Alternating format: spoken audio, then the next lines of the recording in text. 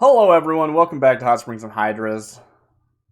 I don't think I've done like a proper intro in weeks, so whatever. I'm not gonna do it now again. Yeah. We've got majority of our members here. We're missing Mocha this week, but we do have Bianca, Chris, B, Todd, and myself. And we are in a situation. Now, last time we saw Warren, because Warren was not, or Todd was not here last session. Last time we saw Warren fell asleep. Now, this was due to a sleep spell, and enough time has passed that would have worn off, and yet it has not. Or maybe it's worn off, but Warren is still asleep. I don't think anyone's investigated that, so let's not worry about it, but if you choose to, might be something to think about. Now that Todd is here and can actually respond, I'm sure we all were simply narratively letting them sleep for convenience. But a lot of stuff has happened since then that Todd the player doesn't know about, but neither does Warren, so it's okay. Nice. And as such, I don't know how much recap I want to do, but I know it's been a couple weeks in real life for the players who even were here last session, so we might want some semblance of a recap. What do people need to know? I guess it's hard to know that if you don't know what you don't know. I mean, I could use a little bit of a refresher, to be honest. It's been a while. The main beats, and now that I'm thinking about it, I probably should have checked the exact last thing we ended on, because I think B, your character Cass, was running off into the hot springs to go try to find something. Probably... Did you already get the orb? You already got the orb. What were you going to get? I don't recall, but that's okay. Effectively, we had captured Jiraga. Jiraga was ready to be held until escorted. I think what we were looking for was a source or something like that. Perhaps not. And Jiraga, the last time Warren saw them, had removed their bindings, and everyone sort of came to the oh, wait, we gotta pacify you. That's not good. That was the whole reason we tied you up. And in that process, Warren got knocked unconscious, and by knocked, I mean casted to sleep. Probably a better way of saying that, but oh well. And from there, Jiraga melted into a pile of nothing, absorbed into the ground, and the ground itself started attacking you in the form of opening gaping holes beneath you. Todd doesn't know this. Luckily, everybody was able to stop. Luckily, people were able to, prevent Warren from falling into one of these holes, which I was really hoping you wouldn't be able to do. So good job, everybody. That would have been really fun for me only, probably. But you did manage to keep Warren safe, so that's good. Aw, thanks, everybody. Basically, the entire hot springs was... What's the word I'm thinking of? Compromised? That's the word. And you evacuated any sort of civilians that were present. I don't know how busy it was exactly, but busy enough, right? Busy enough that it was a to-do to evacuate other, visitors. As well as there was a employee of the hot springs who I'm realizing now I don't recall the name of. I'm not looking at my notes at the moment. But they were a beaver who worked there, and they were mentioned one time because I was like, there should be a random employee here, and there she is. But either way, you evacuated as best you could and attempted to sort of take the fight to this roving hole in the ground, and all efforts proved fruitless until Winston felt they were able to basically bar the hole to prevent it from closing. And as you'd previously seen, the hole, if it did not close, could not reopen somewhere else. It was attached to it cosmically somehow. And we left off with Winston on the ground, basically paralyzed in concentration of holding open the hole with an entangling spell that was prying it open. And Winston, of course, is played by Mocha, who is not here, and that is what they will be doing until something changes. So, other than that, I think there was a couple ideas about what might be doable as next actions, but otherwise, you are around this hole and thinking about options. Although, again, I do believe Cass did run off to try and do something. Yes, when they first, melted, you thought maybe you could check that area. I don't remember if you got there and found there was nothing, or if you're on your way to find that there's nothing, but one of those two things. But we don't have to start exactly where we left off. We can jump ahead a few seconds if you have some semblance of a plan. Where do we want to start? And what is the note on this character's name? Cool. Chris, Puddles, you, I believe, had been previously, before all any of this happened, you were studying Jaraga's notes, the wizard who is this weird magic puddle now. And I do believe that there was a roll made to ascertain whether or not this was a spell cast by Jaraga that they are controlling remotely, or if this is Jaraga, and it was there was no mystical tether between the whole and another being somewhere in the world. So it stands to reason that they are simply within the ground there as this weird magic whole thing. But you had been studying their notes, and I don't recall if you had some idea of maybe you could use that information to do something here. Did you come to any? What do you want to do? Let's start with you.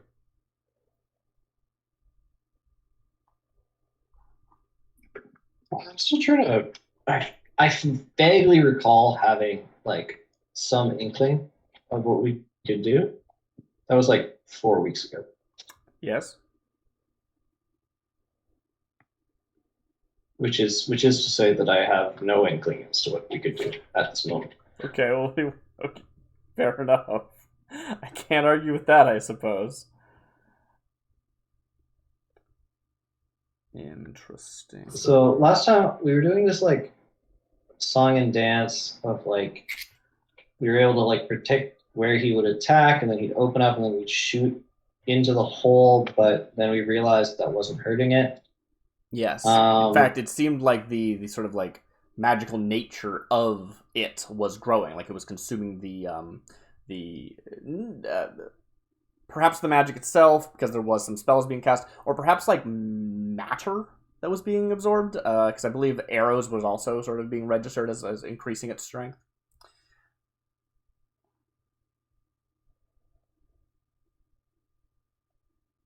Did you have more to say there, Chris? Sorry, I didn't mean to cut you off. Yeah. You didn't cut me off. Okay. As you are pondering, let us say, you start to feel a twinge in your mind that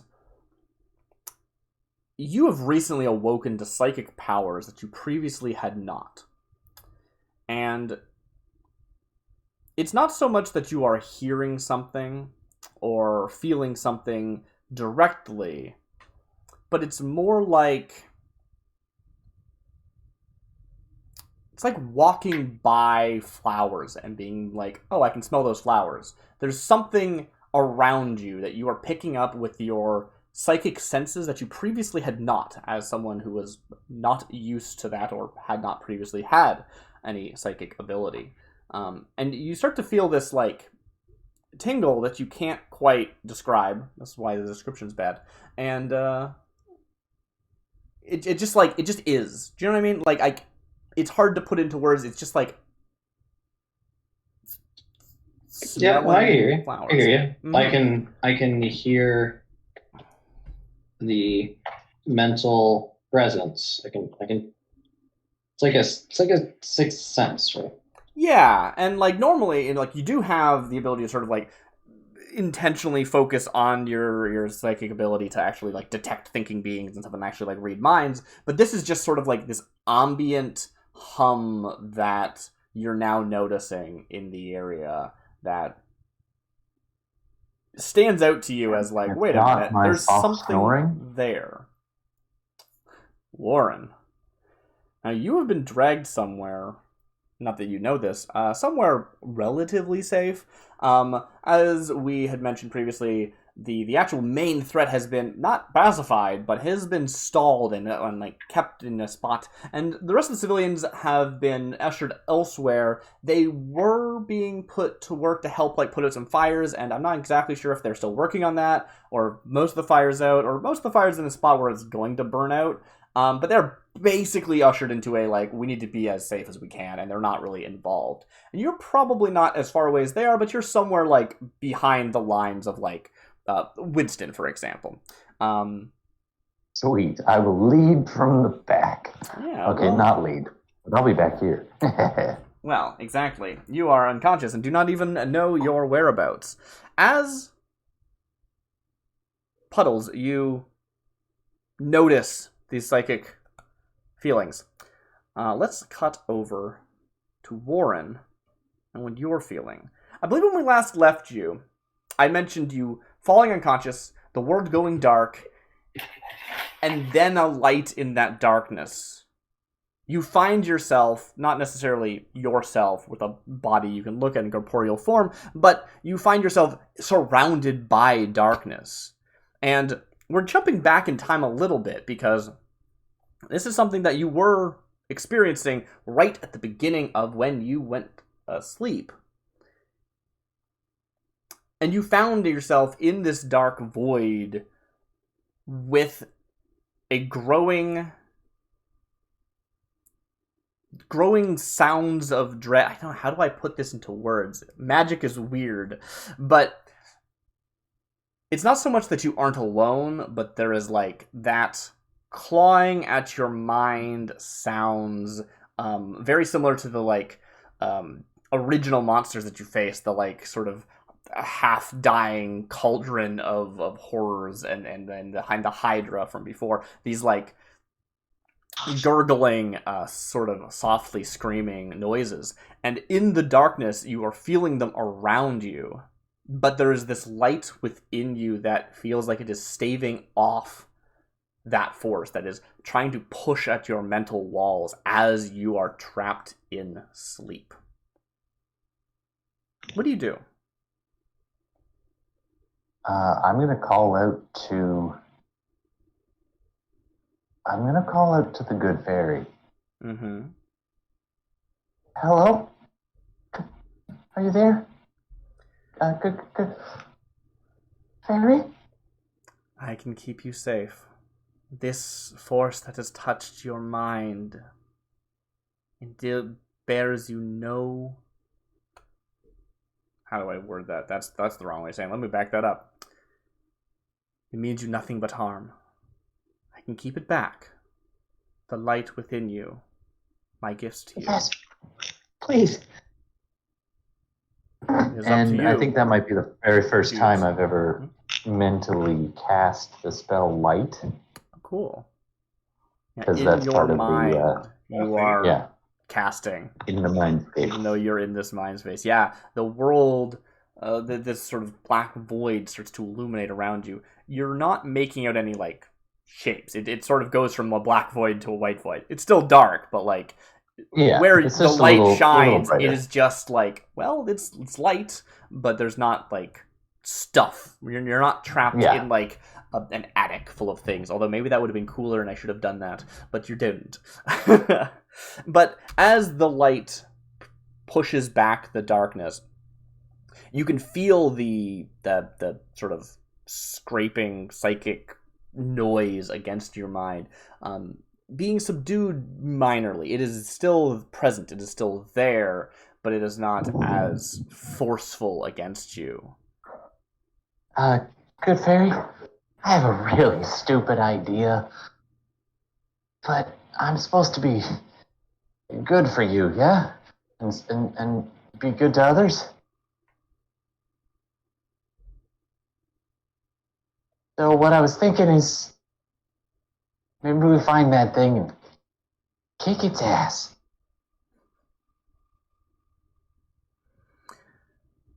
I will not tell you how to be good. It's up to you. Well, here's the thing. I've usually been pretty good at being, well, not so good. I mean, I've done my own fair share of thumping and bumping and grinding. Maybe I can use my talents for, like, good bumping and good thumping and good grinding. Sorry.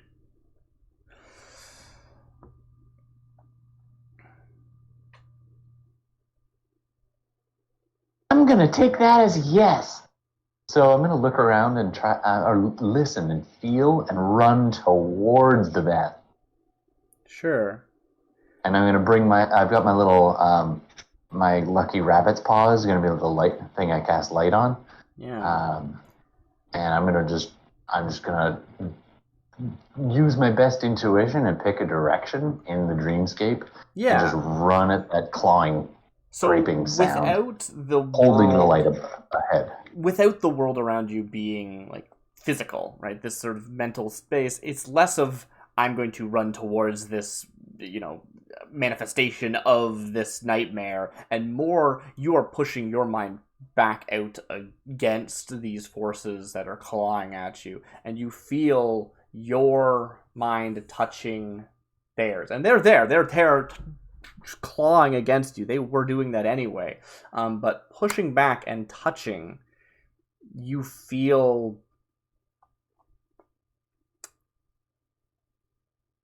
they are a force that wishes nothing but to consume you, but you also feel that there is some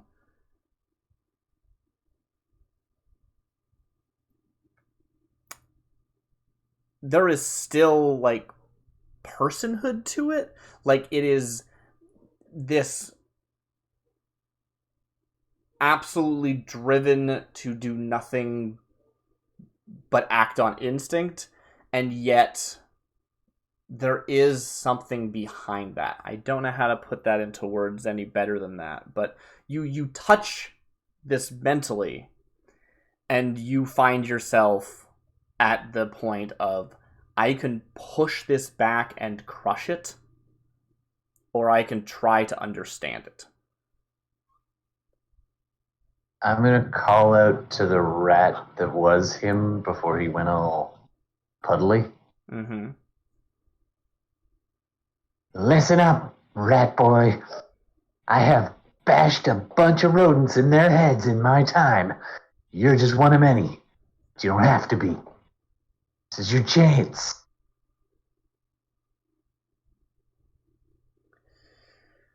The noise against you it continues to be this indecipherable screaming and gargling and nastiness. And you realize this is not the mind of Jiraga. Even though Jiraga was in many ways reduced to pure instinct and lost to their own mind, this, as you touch it, is the horrors of the cauldron that when they died you felt touch your mind at that point. Oh, yeah, I remember that. That was terrifying. This is the horrific experiments of Jiraga. Not exactly, but the psychic reverberations and emanations and like echoes of that. Those creatures are dead. This is nothing you can do is going to bring them back, but that is what you're feeling now. I'm gonna cut away again. It's I'm icky. gonna let you think about that. It's icky. It's so icky. Mm-hmm. So that's what has been happening to you during the time that has passed in the outside world. Puddles, I'm going to come back to you. Although, we haven't really talked to Flynn. Flynn, hi! You're, like, in a tree. I don't think you have a plan. Do you have a plan? Flynn does not have a plan. Flynn has no idea what next to do. The only thing... Flynn has some internal conflict going on, because the only thing that he can think to do next is to go diving into this hole and see what happens. But at the same time, he thinks that's a really bad idea.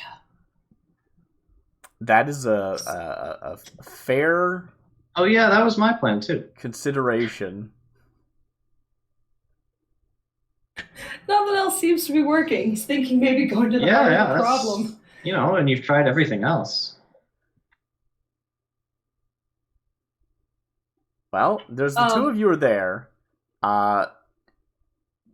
Perhaps Puddles picks up on this, and you share a knowing look, and you think thoughts and actually discuss, perhaps. Well, Puddles, you're the one who can read minds and send your thoughts into them. What do you think? Do you think at me? I don't know that I do right yet, but I think you. I mean, we might both notice that we're each considering it. It's kind of like, wait, is it your idea? My idea? My idea? Your idea? It's kind of that going on. Cass is also there beside me in the tree.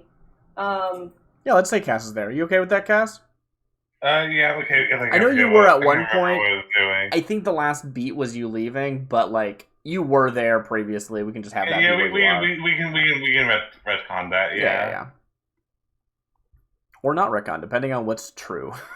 Yeah, I don't remember if you were still there at the end of the session or not, but but I thought you were. I feel like that's appropriate. That's useful for you to just be there. Yeah, same. Yeah. I think I had been. You had been telling me where the hole was about to appear, and I had been shooting fire arrows at it. But then Winston entangled it, and we kind of come to the conclusion that the arrows weren't helping anyway. So I'm gonna say I've stopped doing that, and I'm just kind of sitting there looking at it, and like looking between the hole, looking between Winston, trying to keep the hole open, and keep it still, really. And I think I kind of turn to you and I'm just like, I don't know what else to do except go in that. I mean, it's worth a shot. Do we have more rope? We probably do, yeah. Sure. You can have rope. Yeah. I'm okay with that. All right, yeah. Do you wanna flip a coin to see who goes in and who holds the rope? Yeah. Yeah. So, okay. So, right. So actually, it's like it'd be fun to do with dice, like maybe heads, like on like 10 or higher. I win the flip and to hold the rope, and 10 or lower. Yeah, your characters are actually flipping a coin, so you as players will just roll off. Yeah, sure. Yeah, that sounds good.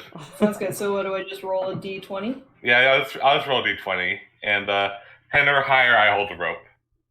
Okay. And you hold the rope and I jump. Is that what we're doing? Okay. Yeah. Okay. That's a 2. Okay. That is a 2. I will hold the rope and you jump. All right, let's go. All right. So I think I tie one end of the rope around me and then I kind of sling it around the tree to give myself some leverage, like around the trunk. Yeah, sounds good. All right, Cass is gonna say, like, okay, let's do this. Puddles, as this is happening, are you doing anything? Are you making any motions? Just to get everyone's presence in this moment. I think I'm like surprised. I don't know how quickly this is happening. I don't Fair enough. really want to interfere, but I think he's not sure that this is a good idea. A great idea. Yeah. Puddles has been considering it, but he hadn't come to a conclusion. But Sure. these two appear to have come to a conclusion. Yeah, well, we need to for next pass. We see your approach. You come down the tree. You get your rope tied, ready, around the tree, as you said. We see the what's the word? Like invigorated growth of grass and maybe vines. I don't know how lush the place. Roots maybe. Circled around the lip of this hole as you approach, holding it open, and you can see the like edge of the hole in the ground. And by hole, like I do mean like the world seems to simply stop. Like it is. There's not like the dirt opening up like a pit. It is like a black void in the ground. Yeah.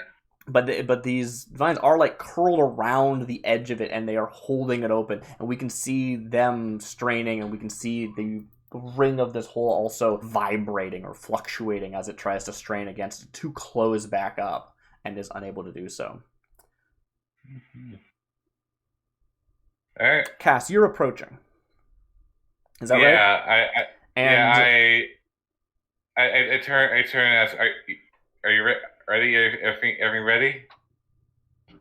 Yep, ready when you are. All right, here we go. And I'm gonna jump in.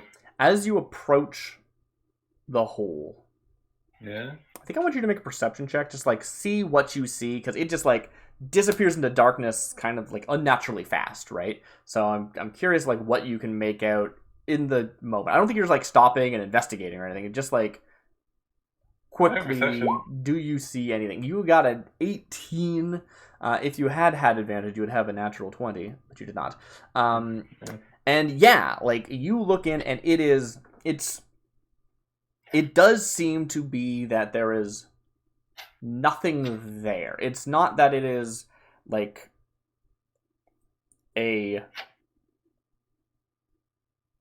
pool of oil or anything. It is not that it is the ground opened, as we mentioned, but it does seem like it drops like a bottomless pit, just like emptiness within there and darkness. And as you look down, I think you see stars. Ooh, interesting. Do you jump? Can I do an Arcana check to figure out what this means? Sure. Okay. Yeah, well, worth a shot. Yeah. That's 11. 11? Yeah. Yeah, it's magic. All right, It's one of them. I'll ask about later if I live. Okay, let's go. Let's stop delaying this. All right. You gotta jump into this hole. And as the hole is held open, we see the rope like taut against the edge of it as you descend. You disappear from view of anyone on the surface, and you, Flynn, immediately feel this powerful pull on the rope. Like, just powerful suction. As if as soon as Cass passes the edge, she gained a incredible weight. Like, just immediate, like, suddenly. I need you to make a strength saving throw. Now, you did say you're using the tree for, like, leverage and stuff. You basically have, like, some mechanical advantage here. Yeah. Yeah. Is it actually like tied with the tree, or are you holding it? How does this exactly work? I don't want to like So I think what I did is I tied the rope around my waist, and then put it around the tree so that we're kind of like I think that's a thing that sort of like a mountain climbing sort of situation, right? Like or like a pulley system or something. I'm happy to say, well, whatever you did was also like a good and smart decision. You're a ranger. You know your way around things, even if I, as a GM, don't.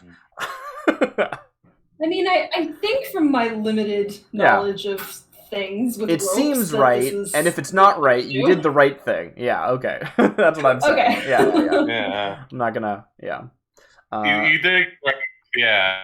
So I think I'm gonna give you advantage on this check, and also the DC is gonna be lower because that's like, I think that's more than just advantage what you're describing, but it also is not an easy check to start. So bringing down it's the whole thing. Well, we got a 15. You got a Where does that put me? 15. I think that's good enough. I think 15 probably is exactly good enough, actually. That's lucky. You got your 20 as like hard, and then you made it a bit easier for yourself, so it's 15, and then you have your advantage. Checks out. So you feel this strain, and it is massive. And while you do have, a little strength, you can definitely feel that a lot of it is being absorbed by the tree. And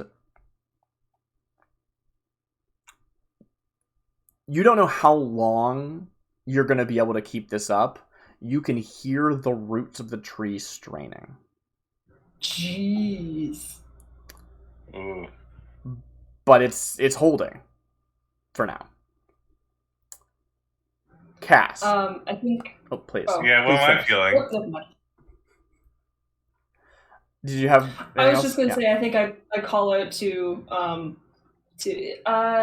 okay, so What am I Winston feeling? is incapacitated and Warren is Asleep.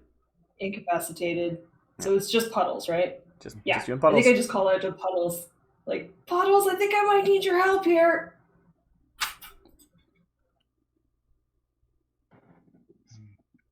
I'm all flustered and I'm like rushing over. Great. I'm gonna cut to Cass. Yeah, totally. You jump in and feel an immediate, like, shifting gravity effectively, right? Like, you suddenly are getting pulled very, very fast downward. Yeah. Now, as Yeah. soon as you're in there, it's weird. You both are feeling this, like, immediate downward pressure, but also feel like you're floating. Yeah. And, like,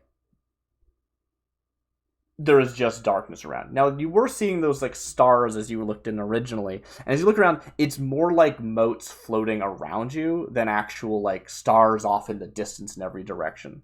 In fact, you feel like, I think if you do hold an arm out, which is tiring, right? Like, just holding an arm in front of you, that downward pressure on your arm is exhausting.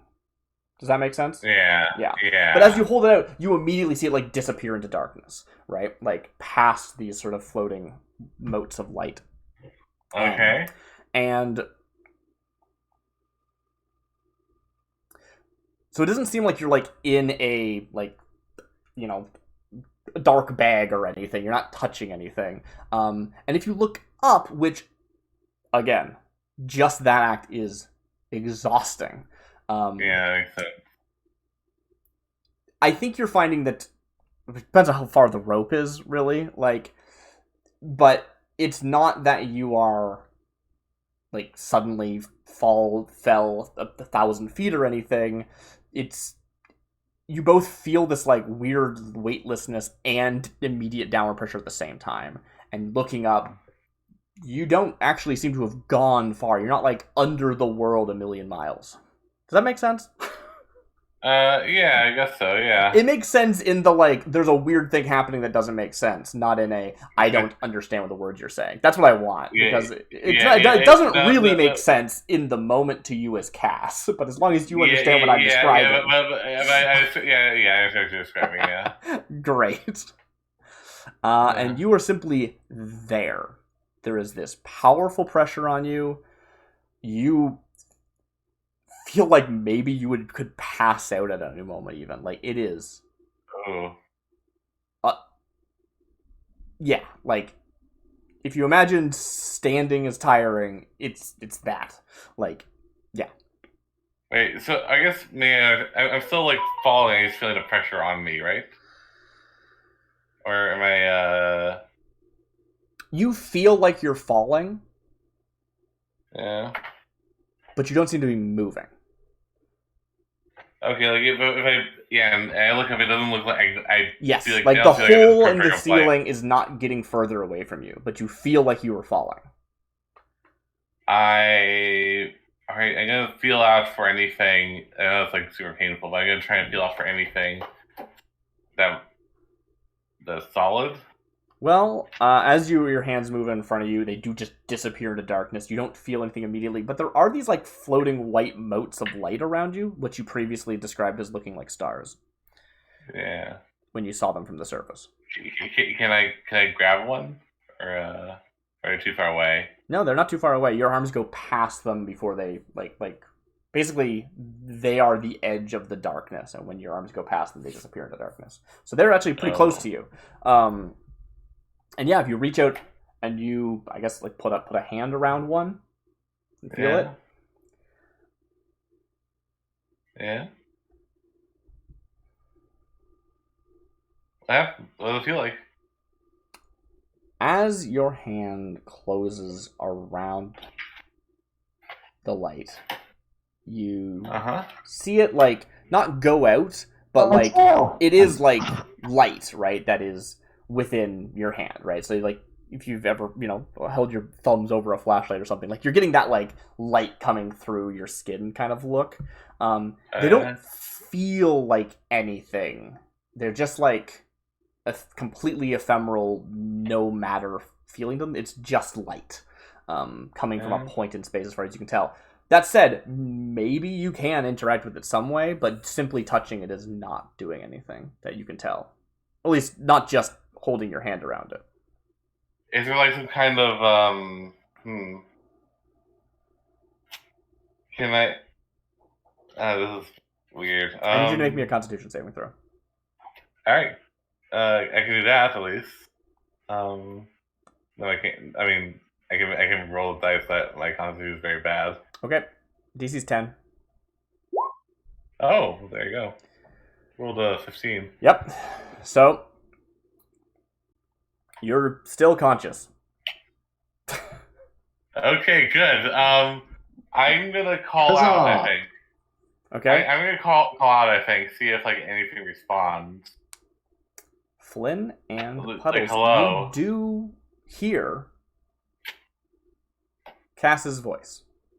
You can tell that she is not just immediately disappeared, or like her voice is traveling through the hole.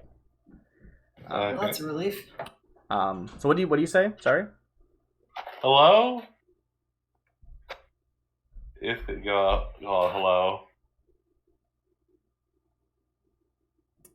Great. He has no response. I cast magic missile into darkness now. I don't know. Yes, I cast callback at 3rd level. I'm kidding. Nice. I don't know. Shoot. I'm gonna cut over back to Warren. Yeah. Warren, you are in your own void of darkness. And there is this light emanating from around you, and you are feeling this million voices screaming in your mind. But you do feel like you are touching them in a way that is good, maybe horrible. It's really hard to say. What do you do? Inappropriate? Mm-hmm. Oh, that's my MO. I mean, mechanically, I don't know that there's much. Don't worry about the mechanics. We'll figure it out. But I feel like... Yeah, go with your gut. You're in like a weird psychic dream space. Like, the physical numbers of your sheet are very little impact here. You know what? I'm going to spend an inspiration die and just see what story comes to mind. Ooh, I do like that. Yeah. That is I'm going to rack my mind for a story that I've heard or that I make up on the spot. What is the thing that you think of in this situation? So I don't know whether you. I think it's you roll it either. Oh, it's I either have a to do it, D6 of or course. a Yes, it's D12. D. What's your number at 12 already? I thought it was a 6. Well, no, it's not.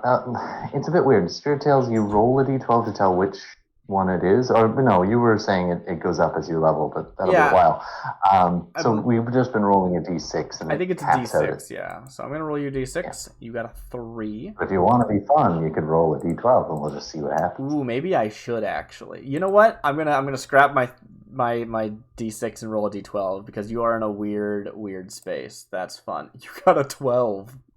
All right. Oh, I'm so glad you said that. Can you tell me what it does? Because I don't know. It's the tale of the mind bender. Yes. You evoke an incomprehensible fable from an otherworldly being, or in this case, for an otherworldly being, or beings. The target must succeed on an intelligence saving throw or take psychic damage equal to 3 rolls of my inspiration dice, which is a D6, and be stunned until the end of next turn. So this story comes to you. This story of incomprehensible otherworldly beings, and what you have faced, if this is the reflection of what you saw, while it was very alien to people, it had flesh and a mind and a body, and this is not it's necessarily almost like I'm holding up a mirror for it. Well, what I want to tell you is, as you think of this tale, you realize that what you saw, while it was like a being of flesh, it was touched at some point by an eldritch mind. Tell me the story of this eldritch being, and if you want to, name them.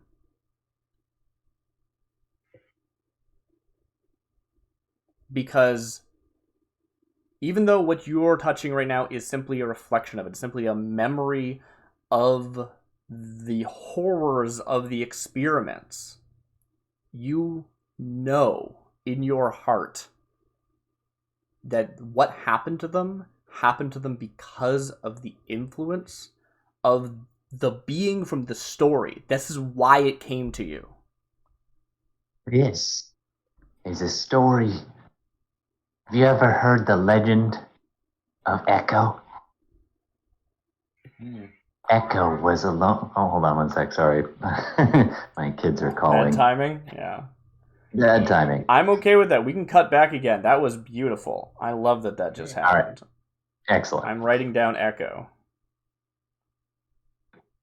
So yeah, this story flashes through your mind and you realize something in this moment that everyone else does not get to know. Let's cut back. Who has something they want to do? Do we want to pick up with Cass, or what are we thinking? Cass has out of ideas right now, so... Well, as you hang there, sort of. Yeah. I don't know how, obvious and clear it is, but I'm going to say, why not? In this weird space you're in, you hear the creaking of the roots above you straining to hold the hole open. Yeah. On the surface, you are also hearing that, as if, I think, probably some root, snap, draws your attention back to the hole, and that maybe we do not have as much time as we think. I actually I do have an idea. Can I try to move back and forth in a way to make a swinging motion? Try. Okay, yeah. You start to rock your body, trying to create motion. Yeah. You know what? Make a roll. I think this just doesn't work, but rolls are more interesting. Make me... it is a using your body the way you want to. Let's make it a dexterity. And you can add acrobatics to it. Okay, let's do acrobatics. I'm good after yeah. I needed you to beat a 15. You Oh. move your body, and as you do, you simply feel like you are not moving. Like, it's as you felt like you were falling, but you weren't moving, it is the same. You feel yourself rocking, and the world doesn't This is shift. very uncomfortable. As you are hanging there, if you, like, rock and look up, you see that you aren't moving despite feeling the momentum of rocking. Yeah. Actually, Mhm. I wonder if I have like so I have Mage Hand. Can Mage Hand feel stuff? I'm gonna say sure. It's not by the book, but it doesn't say that it can't, I don't think. So, yeah, why not? Yeah. Go for it. I'm into that. Alright. So it's just an action. I don't think there's a role associated with it. I want to cast Mage Hand and feel around into the darkness for just anything. Great. You go to Yeah, cast the hopefully, spell. What does that look like? What does anything look like in this weird dark place? What are you doing? Well, I reach out my. I think like what I do is I reach out my hand and like a blue, like if like ethereal hand, like kind of you see it like come out of my hand for just like or paw just for like a moment, and then like it disappears, and then like it disappears. Right, because as a arcane trickster, your mage hands are invisible. So it's sort of like this copy of it peels off of your hand and then disappears. And yeah, it goes invisible. That's normal. That's always happens, even in like not weird. That makes sense. Like so you feel out with this hand, and if we assume you have like proprioception of your hand, that's what the word is, right? Did I say that right? Yeah.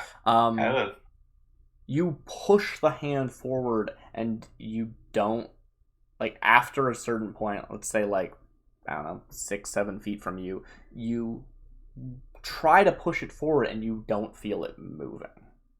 You don't feel it against anything. You just don't actually feel it moving away from you. You don't feel that sense of it being separated from you any further than it already is. Yeah. I need you to make me a Constitution saving throw. Okay. I don't know if I can get lucky again. I'll try. DC's now 12. That's neat. I'll say I have advantage for some reason. You do not have advantage. Okay. Blah. I need you to mark down 1 level of exhaustion. Okay. How do I mark that? Make a note. Remember it. 1 level of exhaustion means that you have disadvantage on all tests that are not attacks, basically. Because this game is about combat, and they want it to not be that harsh. D&D. Yeah. All right. You any skill you have disadvantage on. Okay. But you're still standing. Well, hanging on the surface. Puddles and Flynn. Puddles, did you come to actually help hold the rope, or is Flynn simply holding it on his own at this point? Hang on, Darcy, 1 second. Sure. Oh, I didn't know you could hear. Yeah, I came to hold her up. Great. So, Puddles, Flynn, you both have the rope in whatever way is most optimal.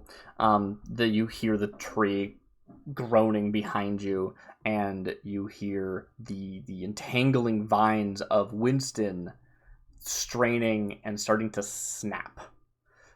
If you look over at Winston is lying on the ground, not unconscious, but just like racked with concentration, just like putting all of his effort into holding this spell so that you have as much time as you can.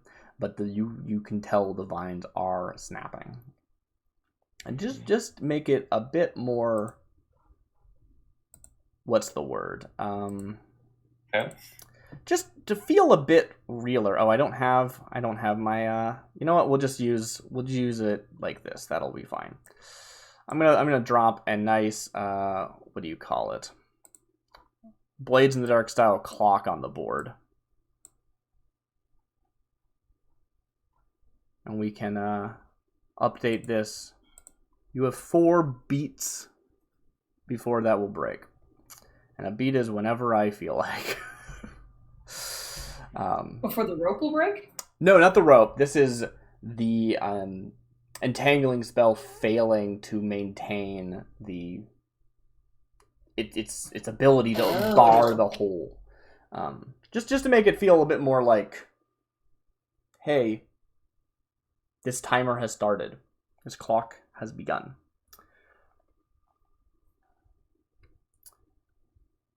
What do you do?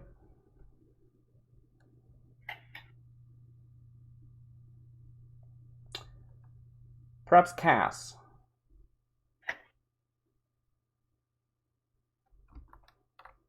Cass, you there? Yeah. You are in this situation. You are the most in the thick of it. You came down here. What did you want to do? I want to find. Well, I guess like. Oh, yeah. Maybe this will work. I want to find like the people who got swallowed. Maybe. Ooh. Okay. Maybe I could like I don't know. That's another thing. I can't do that. But I mean, I would like to, if I could like mentally reach out to people. I would like to do that, but that's not a spell I know. You feel the strain against you, this exhaustion overtaking you, and while you are somewhat safe in that there's this hole open above you and that you could theoretically leave, you are feeling the like pressure of it on you. And yeah, I want you to give me, I don't think it's a saving throw, but it's also not really a skill. I'm gonna say do I get wisdom. Do I get a sense that like Please. Sorry, I have a question. Is it this like the strain of the rope on me that is doing it? Like is it like the okay? Like, it's not like I'm being pulled and the rope is like pulling back and it's hurting or something. No, it's not like that. No. Okay. As you feel that pressure around you, you almost feel like you can push back through it and maybe touch something directly that way. Not directly, mentally. I'm going to let you make a test.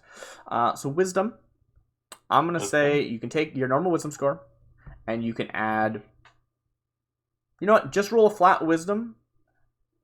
Instead of disadvantage, you can be break even at advantage because this is a unique situation. I'm going to give you advantage, but you're going to be countered on it because of your exhaustion. Okay. 5. Not very wise today. No. You try to feel out through the pressure to what's beyond it, and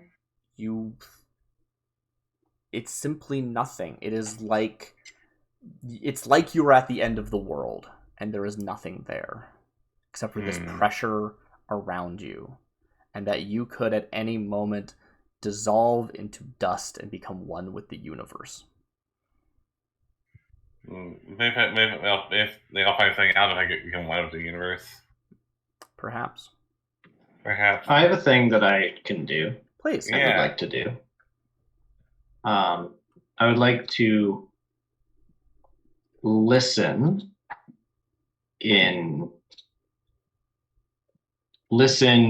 mentally for Cass to be asked to be pulled out. Okay, right. You're just like making sure that you are keeping tabs on that so that you are able to communicate if otherwise unable to. Yeah. That seems good. I like that. Yeah. That's see. I can do silent image, that didn't help me.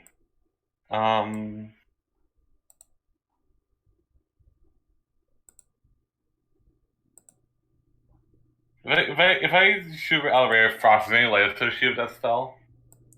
I believe it is described in the book as a ray of light. You previously described it as like a snowball, but I'm okay with that. Yeah, sure. You can right, well, focus the magic into a beam. It is a ray of Yeah. frost. So Fro still wants like kind of glowy snowball. Yeah, glowy magic snowball. Everyone around, you hear more straining. I have marked a tick on the clock.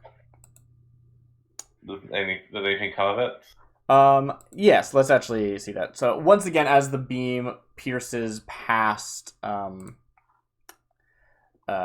the edge of the moat, it disappears it just disappears into the darkness. Like there's this like area around you that you can see, and past that it just becomes darkness.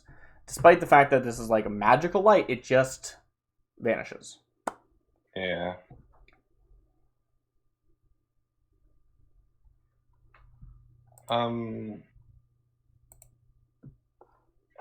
It's like making a noise. Like, can I listen to it with like my ears? Sure. What are you hoping to find? I don't know. Maybe it's like maybe there's something. It's like maybe some kind of creature or something like that, or something like that. I don't know. I don't know. I honestly don't know what to do. I'm just trying anything. Fair enough. You try to strain your hearing to listen to the light, the moat floating in the air. Mm-hmm. I think this seems like there's nothing specifically to like hear in an obvious sense, but from a magical sense you might be able to pick something up. So make me an Arcana check. Okay. This is sort of like before, where you were able to kind of determine where this force was before it emerged, because you could actually figure out the magic of it. Yeah. A 13 Arcana, except it's actually a 9 because you're exhausted. Oh. You find your mind just having a hard time putting pieces together. You are seeing the moat and thinking that there's probably something there. Like it is connected to the magic of this place.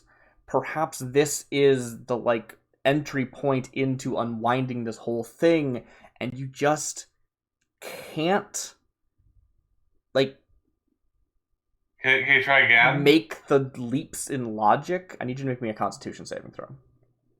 Okay. The DC is now 15. Please mark a level of exhaustion. Okay, I'm into exhaustion. When do I go out? When you want to. What do No, you mean? I mean lose consciousness. Oh, I think it's like 7. I'd have to look that up, actually. That's a good point. Let's double check how exhaustion works. I think it's 7 levels. Let's just read this to you. Let's read our levels. Well, at 1 level of exhaustion, you have a disadvantage on ability checks.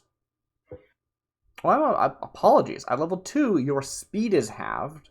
At level 3, you have disadvantage on attack rolls and saving throws. At level 4, your hit points are halved. At 5 levels, your speed is reduced to 0. And at 6, you die. So you can take a maximum of 6 levels of exhaustion, but you really don't want to take many. Okay, I guess I'll tug in as we pull up. You attempt to tug on the thing, and you find your muscles are just screaming at you. But Puddles is focused on your mental signature, and Puddles, you do hear the desire to return to the surface from Cass. Here's the hero panic. Yeah. It is like I guess so, weak like thought. It's not this like, time to go. It's just like, I need to get out of here, right? Like it is this tired thought that you are basically only picking up because you really were specifically focusing and listening for it. Mm-hmm. Cool. Yeah. I I yell to Flynn. All right, we gotta get him out now. Gotta get her out. Okay, I'm pulling. One of you may make a strength check at advantage. Everybody help the pulling. Let's make that an athletics check, actually, because it is a skill that you're using and not a saving throw. Okay. Oh, I should do it. I think I. Oh, Yeah. You probably have athletics, even if you don't have high strength. Yeah, certainly. Yeah. It's almost certainly better. Okay. You have a 15. That's enough. You are straining, and Cass, you don't actually feel yourself rising, right? It's that you're still feeling the sense of falling, but you are moving up. And as the rope is pulled over the edge, and you are bodily pulled out. As you break the surface, Cass, you don't feel the immediate weight gone, pressure gone, but the pressure is gone from the parts of you that are above, the surface of the ground, which makes a lot of things much simpler at that point. You're able to get your arms above the edge and actually help pull yourself up, in a way that you don't know if you could have if you hadn't been pulled the most of the way. But as you pull yourself over the edge, you do find yourself just collapsing on the ground. The exhaustion does not go away, even if the pressure pushing down on you does. Yeah, I think I just lie, I don't know, I go to sleep, I guess. I am marking another mark on our clock. The strain against the roots and grass holding the hole open continue to worsen.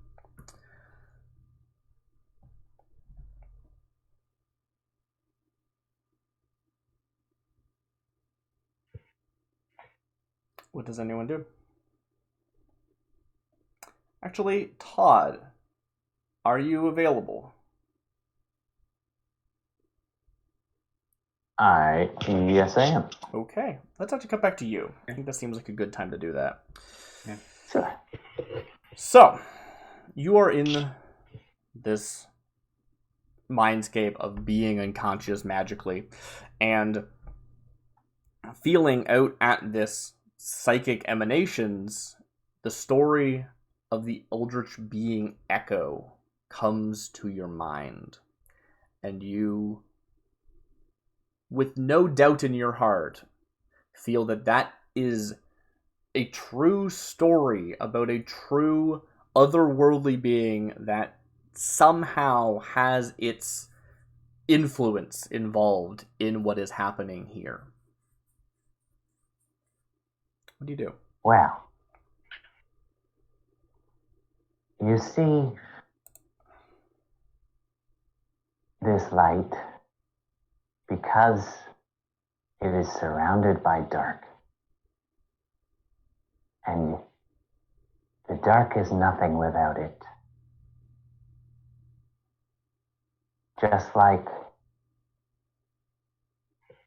you are nothing without that which rails against you. So desperate to try and be noticed. But the problem is, it clings and clings and claws too much. And it holds on. There was once a beautiful being. And it longed for someone else and pined for them and pained for them and refused to let it go. And it is nothing except that pain and longing. I speak to those that were pulled from their flesh by that which longs in the dark. It's got a hold of you, those that went in the cauldron. It wants to climb up your entrails back into this world, but it is faded and fading, and that is its fate. If you cling as it does, it will hold on and climb back into this world. But you poor bastards, if you don't hold on anymore, if you let yourselves pass, it will fall away.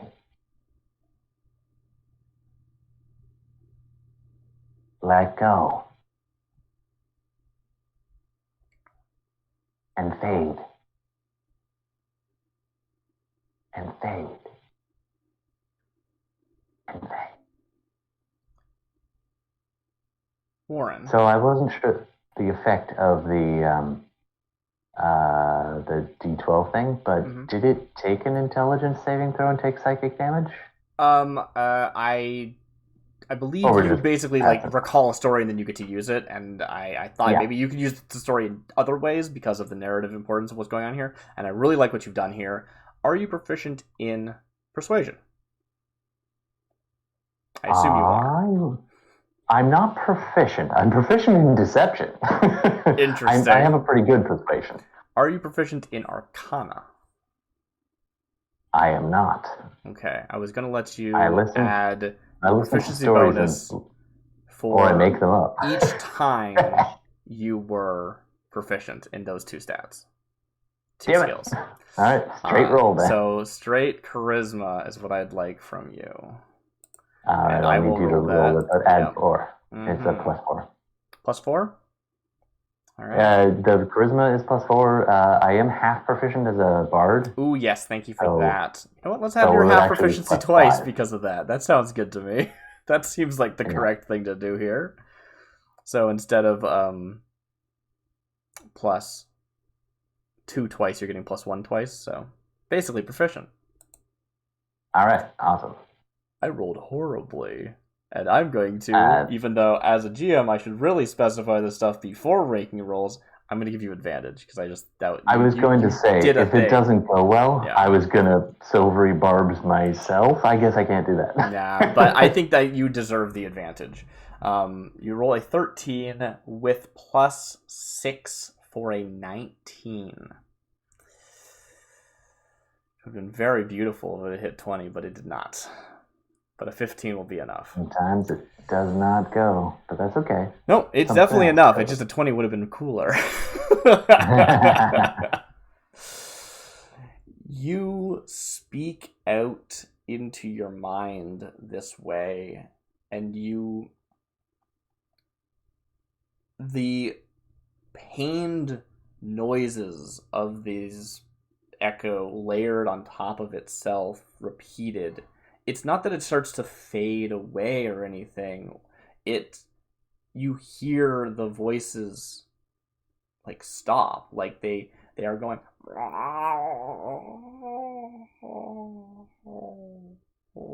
I don't know if any of that came through the mic, but like it is like this calming of the voices as opposed to the fading away of them, if that makes sense.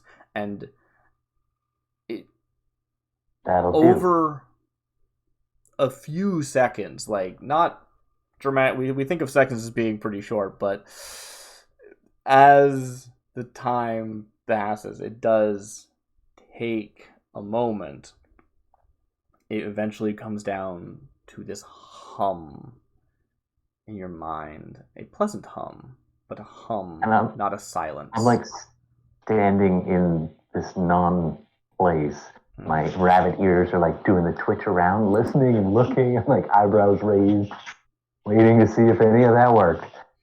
And I just give this nod, and I think I'm gonna tiptoe mentally back and see if I can get the hell out of here. And I guess maybe towards waking up. Yeah, as the voices calm and this gentle hum replace them, and you feel that you have done something good. You take a breath and can open your eyes. And I'll do that by kind of holding up the flickering light, and I'll blow it out like a candle. And it's just dark, and then I open my eyes. Nice. Please, I mean, I'm just saying this for the sake of saying, I don't think you're actually going to, like, physically mark this down, but mark down that you have, like, how do I put this? It's not that you have calmed these voices, it's that you have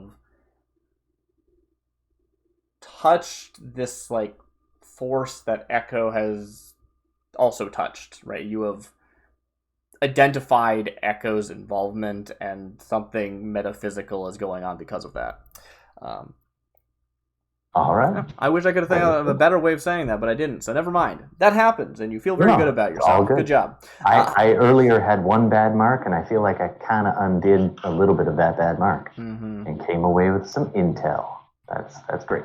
Your eyes open, and you find yourself lying on the ground. It is still night. You are not where you fell asleep. You are outside of the hot springs. I just need a little bit longer to what? And you see Winston on the ground near you, conscious but vibrating with concentration. You see Puddles and Flynn with a rope, and Cass on the ground, exhausted, on the other end of the rope. Well, what are you guys laying around for? We should probably get to doing things. We're open to ideas. How was your nap? Productive. I think whatever the heck it is called Echo. Don't ask me how I know that. I will definitely tell you. And we don't have time for that. Okay. How's that I have helpful? no idea what's going on. Guys, I don't think I can hold it much longer. My apologies to Mocha, but Winston Hold what? speaks out through his concentration. The spell will be ending soon if nothing changes. And it's okay if you say, I don't have anything else I can do. It's going to end. That's an option. But it's an opportunity that is about to pass. Did you fix it? Are you talking to Warren? Warren. I don't think I fixed anything, but whatever it is I think it's trying to come into this place, and it's not a good thing. It might have been a good thing at one point, or like at least wanted a good thing, and it wants to kind of devour all good things in that bot. That's what I got. And Echo, something about an echo. It was very echoey in there. Are you okay? Is everything? You look kind of sweaty. It's been a rough day. We're running out of ideas. If you have any Running out of ideas. suggestions, Wow. I mean, we don't know where Rat Boy went, right? well, he's either in that hole or he is that hole. Or something. Seems like is that hole. Warren, there's a hole in the ground next to Cass. Huh. And it doesn't seem like a normal someone dug a hole kind of hole. But Are those stars? you approach it and look over. A little bit. Yeah. Like, yeah, just peeking. You see the vines and grass and roots of the entangle holding it as it strains against them. And in front of you, you see the hole finally snap shut, pulling vines and roots into it as it does so. And there's just the ground there now, fully undisturbed outside of the tufts of ground where roots got pulled out in the process of closing. All right. I guess it's gone. I turn to the others, not understanding the danger. And the ground No, it's not gone. quakes. Oh, There is this damn it. upheaval beneath your feet. Not exactly. I'm gonna Everyone's rabbit pretty hop far away. away, but yeah, as like the closest to Cass and Yeah, I'm gonna Warren. spend my For the record, reaction B, I to, don't know like, if you know point. that you're muted, in case you have been saying something. We haven't been ignoring you. And there is this jutting of ground as it breaks apart, and earth I do like a full pushes like up. 10 feet straight up into the air and a bit of an arc backwards leap like a freaking like terrified rabbit. Just went off like a spring trying to get away from the disturbance. Yes. As the ground juts up, you all look on and watch as something emerges from it. Before you, Oh, this seems like progress. doesn't it? Funny that. Sorry, just technical question before we find out what this terrifying eldritch horror is. Did we get a short rest before? Or a long rest or any of You've that? been asleep, but I don't think it counted as a rest. I'm sorry. No, but I mean, since I wasn't sure what happened No, last game. you took first we had watch, had and a this all night. happened on first watch. Oh, right. I remember that part now. Okay, great. But emerging from the ground as rocks and earth get pushed away is what is unmistakable as a Hydra. Oh, God, it's like the puppet plays they made us watch in middle school, explaining how bunnies are born.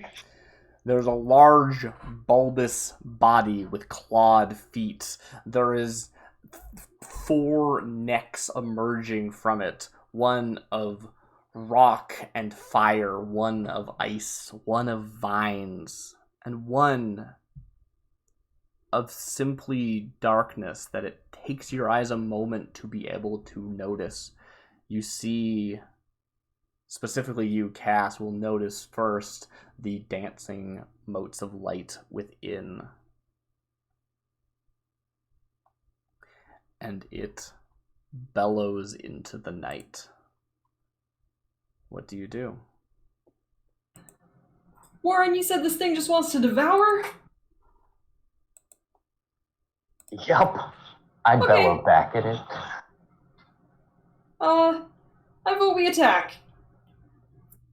And I'm gonna pull out my... Stop voting and hit the thing. I'm gonna pull out my longbow again and shoot at it. Great. And recount. I'm kidding. I'm going to shoot at... I guess it doesn't matter which head, really. I don't know. I aim at whichever one's closest. Excellent. Or maybe... No, I aim at the body. Yeah, let's go with the body. Seems reasonable. I'm going to say that you are going first. Everyone else roll initiative. And also, I'm going to get a notepad open so I can keep track of health and stuff.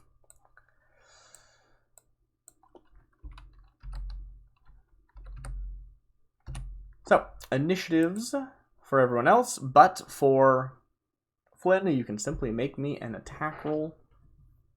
I do not need to tell you what the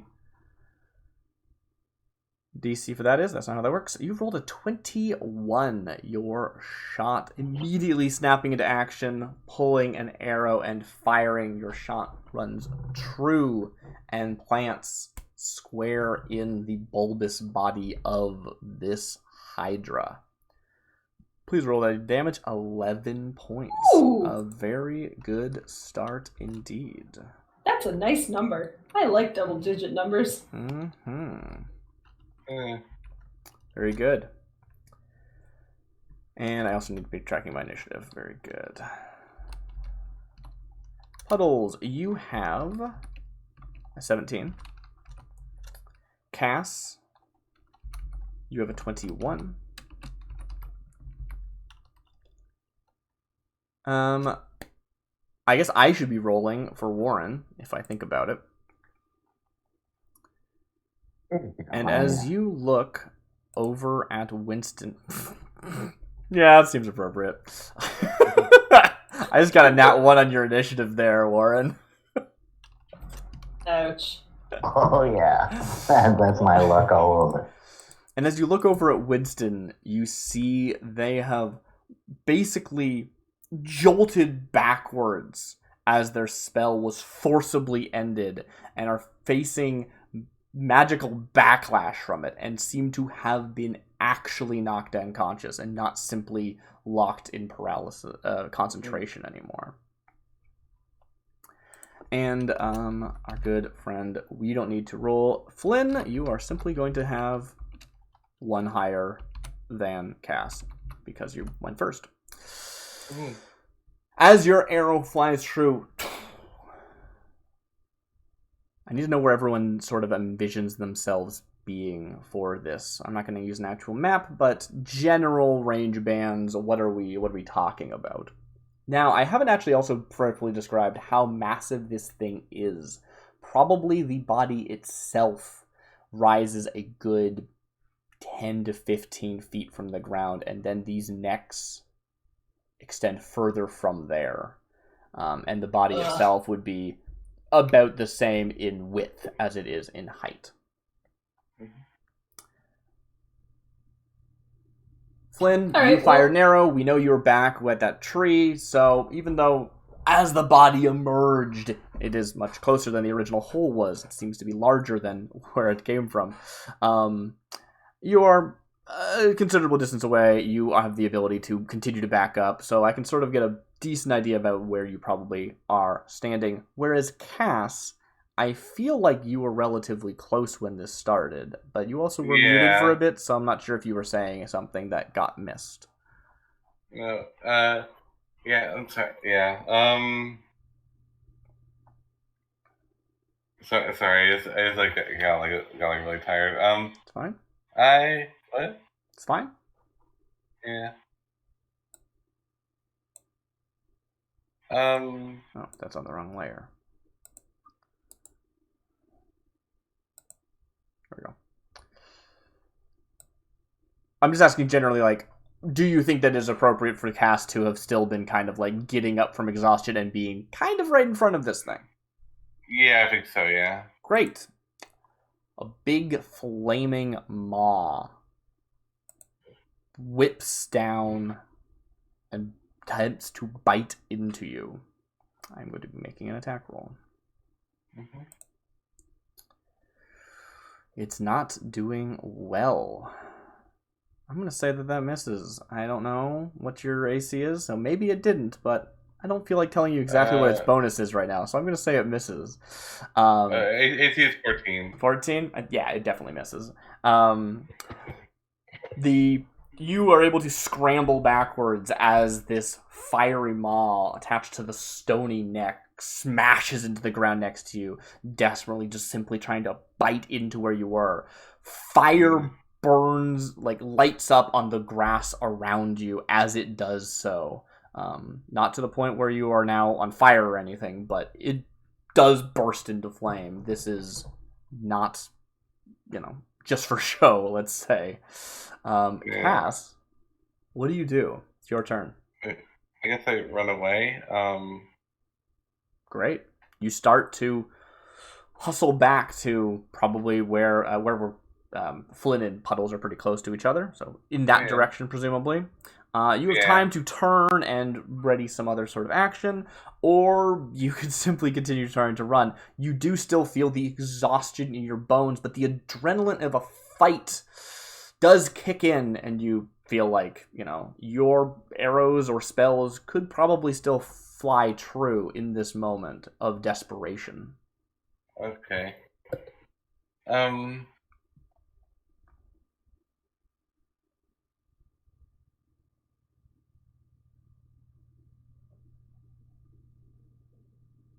What'd you like to do? I guess I can cast a frost spell. Okay. Yeah. So you ready the ice spell you had before. Let's say aiming at the fiery head that attacked you. That would make sense narratively, and also it's an ice spell. You let it fly. Can you make me an attack roll? Yeah. Hold on.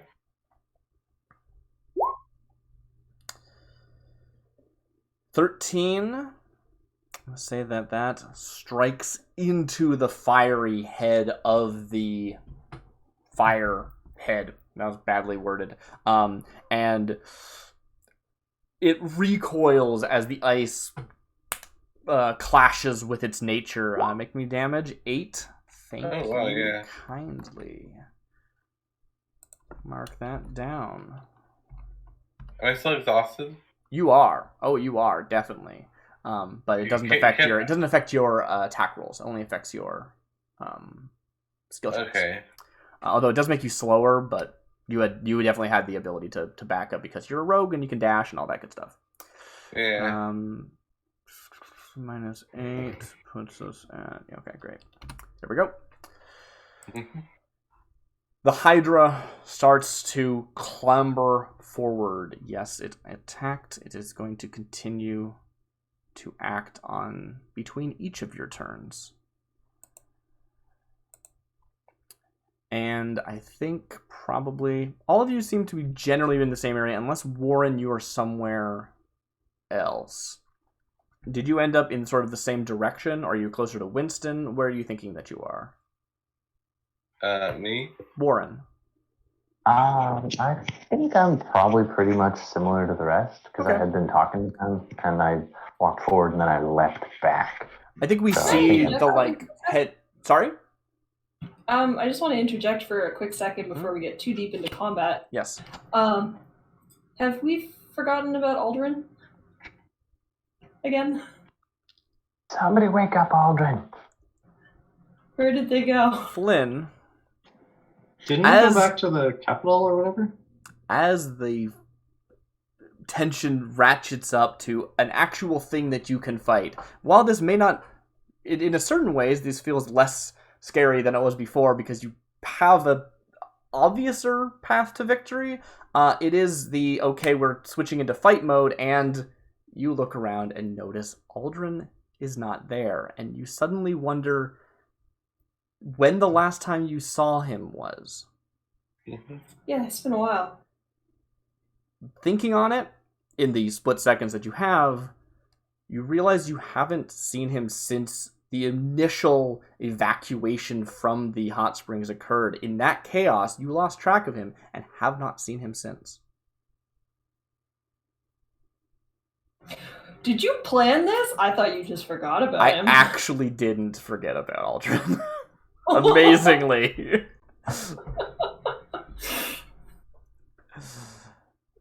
Yeah, no, he pieced out. He pieced out? He didn't get eaten? That would have been cooler. I mean, I should have had him get eaten, but no. We have no way of knowing. Maybe he was eaten. Mm-hmm. It is true.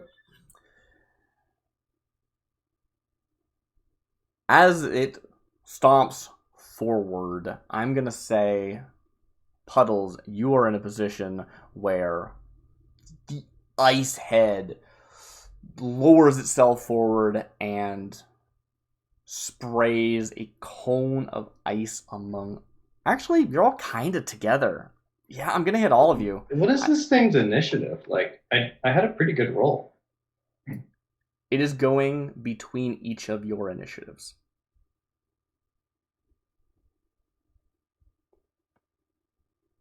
So so I guess initiative doesn't matter for this fight. That's fine. I suppose not. I just needed your orders. Oh, Fair it enough. works kind of like legendary actions, right? Either way, I'm going to need a dexterity save from each of you that you think would be in this cone.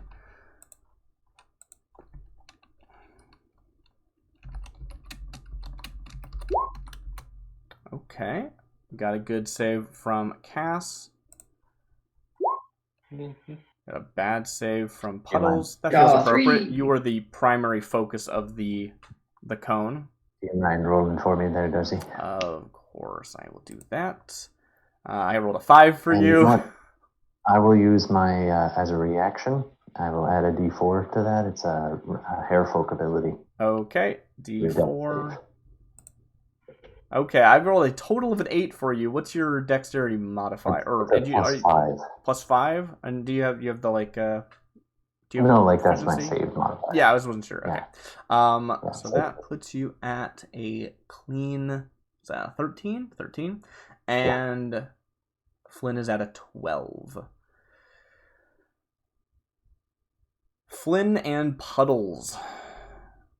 You are unable to dodge out of the way, probably being the most central in the blast, standing together with the other two of you more on the fringes, able to duck back. All of you will be taking damage, but those of you who saved will be taking half. Okay, so 9 damage to those who didn't save, and let's say 4 for those of you who did. And that would be Puddles and Flynn take 9, and Cass and I'll do that. Warren taking 4. Yeah. I am bloodied. Puddles, I believe it is up to you now. I've got a spell. I've got a spell. Nice. We're moving. We're moving down the mouth. Down from nose. Down from the fire nose. To the wind mouth. Okay. Ooh, very interesting. And I roar. For up to a minute. It's gonna be. I'm gonna get a dry mouth, I think.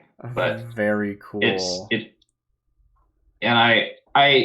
does say that, like, the way it's worded, you could kind of sidestep it and then I'd have to re-aim it on my turn, but I'm trying to keep this stream I like pointed it. at Yeah, no, I'm happy to this guy. to work So I'm it gonna that try way. to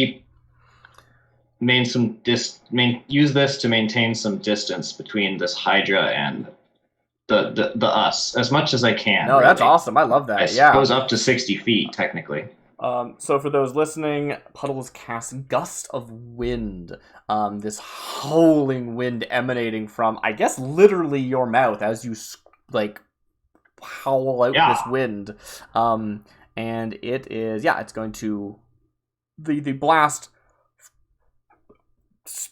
smacks, weird words, smacking into the body of the Hydra, knocking it backwards a few feet, and then seeing it sort of lean forward, trying to strain against it. Each creature starts turn, saving throws, blah, blah, blah, blah, blah, blah, blah. Okay, very cool. And it's double movement to move, so if you get knocked back 15 feet, and then you move, 30, then that's only 15 Well, and feet. we can back up, right? And it Yeah. has to spend. It'll be half the speed of us. So Excellent. I encourage people. I'm happy to try get out of mostly range handle of that it. narratively. And but I try that's to do really the cool. same. Very good. Has a % chance. So there is a bunch of stuff with Actively trying to get out of his range. Howling Wind. I don't think I'm gonna necessarily use that to the letter of the rules as we've previously been doing with magic in this thing. But yes, the wind whipping up and pressing up back against it seems very difficult to deal with. Stomping And forward, the plates step on my at a on my time. shell Mhm. are like the plates of my shell kind of like glow a little bit and kind of ice over with frost as Nice. I'm releasing this It's fun. gale force, like hurricane wind. That's awesome. The creature begins taking further steps forward, pressing against this. And I mean, I'm taking turns. I'm gonna, if I'm gonna, BS you, you can BS me right back. I'm gonna make a save on each of these head's turns. Amazing. Saving Sweet. throw is Dex strength. Strength would make sense. What is my DC?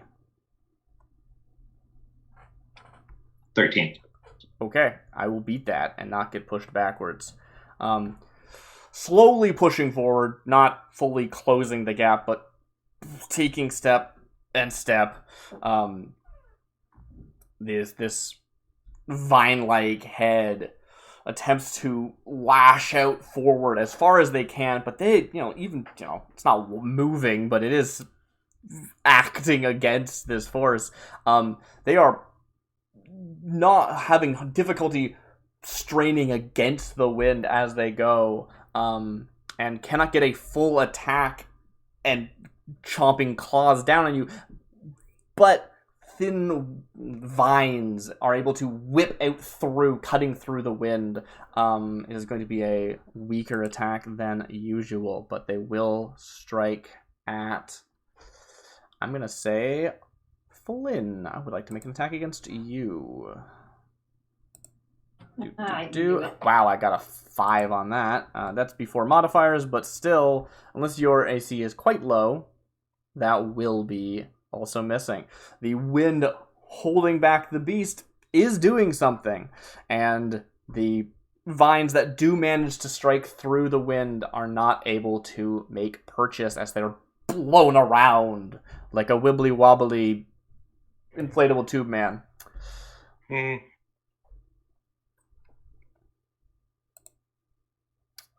With that, Warren, what do you do? So it's kind of approached where our position was. Mm-hmm. So I'm gonna pull up my short sword and hum a particular frequency that I know, and like at the hilt, just hold it right up, like. Can I ask you a question? Actually, before you go too far, Yeah. I'm realizing something.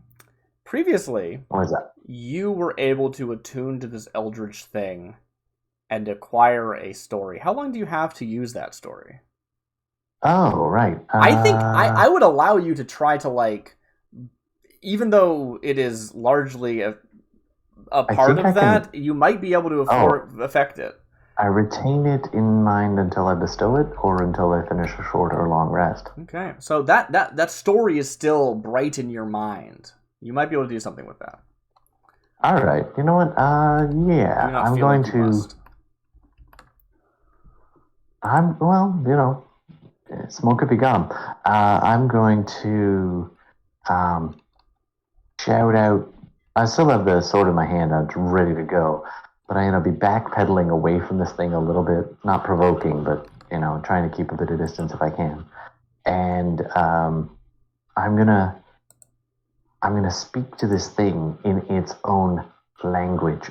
I open my tiny little bunny mouth as wide as it goes, big buck teeth showing, ears pressed back against my head, eyes closed in concentration, and I will then release this story. I invoke it, and it's an incomprehensible tale of the otherworldly being, and I scream it in as close to the gurgling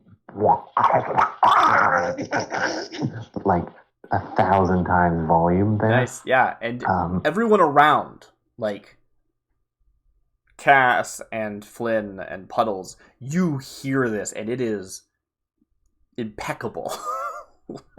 It is horrifying. Hmm. This little bunny is just like screeching this terrifying stuff. It's an intelligence so it save? needs to do an intelligence save or take psychic damage equal to 3 rolls of my bardic inspiration die and be stunned until the end of its next turn.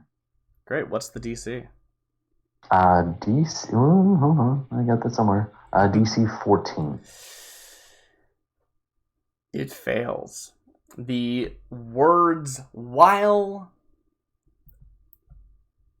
one could easily say that these are words of the force behind it, they're not going to work against that, but actually it undermines it. You are speaking to it in its own words and are able to penetrate through that mind in a way that it can understand. It is basically in Eldritch. I'm saying, stop icking yourself. Stop icking yourself. I mean, it is the staring into the void and the void staring back, but in this case, like, it actually is able. Sometimes something doesn't have an effect on you because you don't know what the heck they're talking about, and this is like, wait, what? It feels something integral in itself that you are able. It's a vulnerability that it can feel, and you can shake it. How much damage am I taking? 3d6, and it is stunned until the end of its next turn. All right. Do all the mines get stunned? How mean do I want to be? I mean, they could each do a save. That is true. 3d6. I will mark down that damage.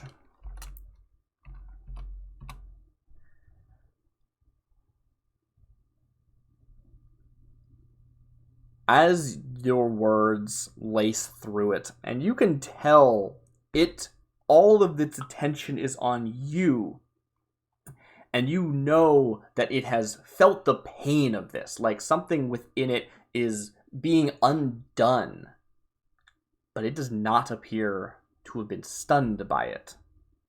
It is simply... Oh, good. It is afeared of you. You have targeted a weakness, but it is not stunned by this. Do with that as you will. I'll take it. Fear the bunny. Fear the bunny.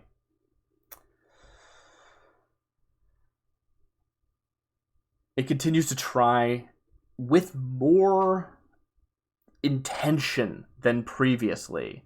It pushes towards you. Oh, can I do a bonus action still? Please do. It starts to march towards you with more hurry behind its step than original, and you...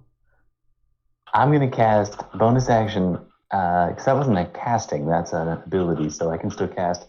I'm going to cast Expeditious Retreat on myself and run away. Yeah, it starts, it's like, it focuses on you, and it's just like... pushing through the wind, and you just pop up, and what does it look like to cast this spell? Is it really just like, and now you're full of energy? One leg just kicks the ground like thump, thump, thump, thump, thump, thump, thump, like I'm winding up, and then just booking it. So I'm going to spend my move action and my bonus action as a dash. So I'm doing whatever is that, 60 feet? Great. I might take a swing here, or 5. I don't know. Yeah. I don't know how close it was. I was trying to keep a bit of distance, but we'll see. As the void maw tries to lunge at where you were, you disappear in a shot, and this... Oh yeah, it's like a Bugs Bunny cloud of dust. I'm gonna say, actually, just in this situation, the void maw like snaps shut at where you were, and you were simply gone. You just dodged that attack. It did not attack anyone else. It had eyes for you, and it was able to not quite get you. And we can move to the top. Now, we still have 15 minutes as usual, but I do know that B was in text saying that she is getting really tired. How is everybody feeling? We've gone through our first round of combat, and I very, very much do not expect us to like kill this thing in 15 minutes, so it's irrelevant anyway, as far as like trying to tie us up with a bow. I am very aware of that. So if we want to call it, we could. If we want to do something else, how's everyone feeling? I'm feeling good A myself. little out of it.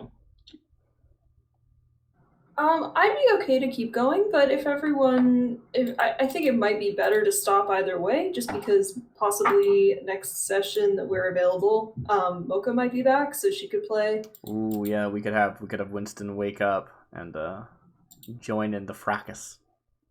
And if a couple of people are starting to get tired anyway, it's maybe not the best way to do combat. Yeah, I think that sounds good. I don't know if you're still with us, B. You're muted. Perhaps you actually had to tap out. I don't know. I completely understand if you do. It's mental strain. Hi. Oh, hello. Yeah. Great. Hi. No, I'm here. Just like kind of. But yeah, I'm out of it. Yeah. Right. I can say goodbye and yeah. Yeah. I think that we'll probably call there. The Hydra has emerged. You've seen what it can do in one round, and you are ready for your second round of combat. Okay. That is where we will leave you. All right. Mm-hmm. Well, Joe, everybody. I know I may be beating Thanks, around the Darcy. bush That a was bit fun. much. I always feel like I need to give Sorry, you the opportunity to do things, even if I don't know what you're going to do, and you don't know what you're going to do. And I could have simply jumped to this point and the first 15 minutes, probably. No, I think this was telling good. the story. It was cool. Yeah. Cool. I did want to have all that scene with Utah. That was something I that was worried a waiting little for. bit It was great. I was a little bit worried that you were disappointed that we didn't solve your riddle, so had to resort to turning it into a fight. Very much not. Yes. I'm definitely the style of GM that makes problems and not solutions. And sometimes that's not good. Sometimes Oh, there should at least be something. But I do encourage you to think outside the box and try things, and even if they're not something that the page tells you can do. So. Yeah, no, which is great. I was just it was a little bit surprising with the holes. It was like we tried like half a dozen different things, and none of them seemed to work. Yeah. Mm-hmm. Yeah, no, definitely. Well, congratulations, everybody. It was a bouncing baby Hydra. Actually, it's not baby. Big baby. Tune in next episode where we kill it. Hopefully. Wouldn't that be Yeah, nice? There's a Hydra. I'll see everyone around. I gotta go. Bye. Good night, everybody. Good night, G. Call Good it night. there. Good night.